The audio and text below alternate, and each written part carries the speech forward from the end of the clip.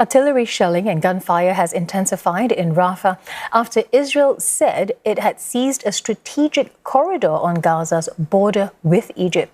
The Israeli army says it took, quote, operational control of the 14-kilometer-long Philadelphia corridor in a sign that the military is deepening its ground invasion despite international condemnation. Now, the IDF said some 20 tunnels were discovered in the buffer area. It accused Hamas of using the corridor to smuggle weapons into Gaza. Egypt has refuted that claim. Intense fighting in Rafah has spurred more than 1 million Palestinians to flee the southern city.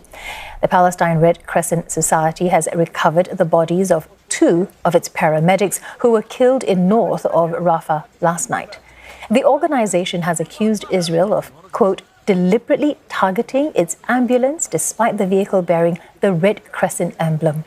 Israel says it fired on what it described as a suspicious vehicle that approached its troops on Wednesday.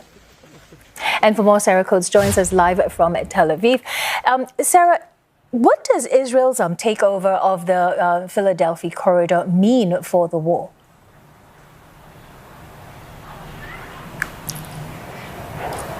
It really signals a new stage in this war as Israel deepens its offensive into that southern area of Rafah. As you mentioned, it is a 14-kilometre long corridor. It is supposed to be demilitarised. And what it is also really doing is putting a lot of pressure on the relationship between Israel and Egypt. We do need to remember that there's this long-standing, decades-long Camp David peace treaty between the two nations.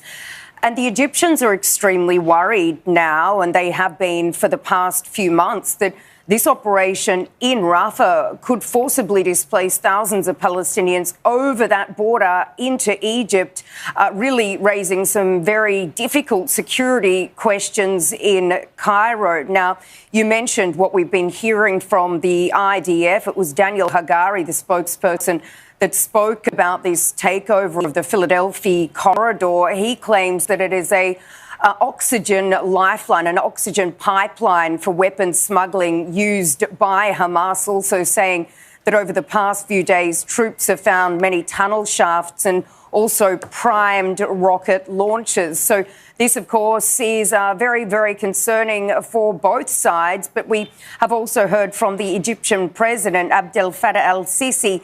He is urging the international community to really try and push Israel to make sure that there is no forced displacement of Palestinians.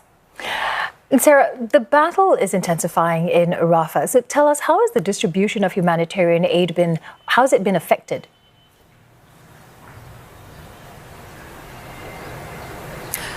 This has really slowed down, according to aid groups, since this military offensive deepened in Rafah. We do know that the World Central Kitchen, one of these organisations that's been providing vital supplies to Palestinians on the ground, it has announced that it's stopped its operations in Rafah, which is where its largest area, its largest kitchen facility is. We've also heard from the United Nations, which says that since this operation in Rafah began, that 60% less food, less medical supplies are going into the strip. We do need to remember that this vital lifeline that these trucks come through, the Rafah border crossing, it has remained closed now for some weeks as this operation continues. The Kerem Shalom crossing, though, has been opened, although aid groups say that rarely trucks are coming through, with around 200 or so seen going through per day, down from the 500 that they say are needed to really provide these people on the ground with just the basic necessities. Now, we also need to look at this US floating port, which is widely being criticised as a distraction. It has now been taken from its anchor point and is being repaired in southern Israel after parts broke off in bad weather. So this is certainly something that is of great concern, given how many people in the Strip are suffering, with more than 30 NGOs calling for famine to be declared in the Strip.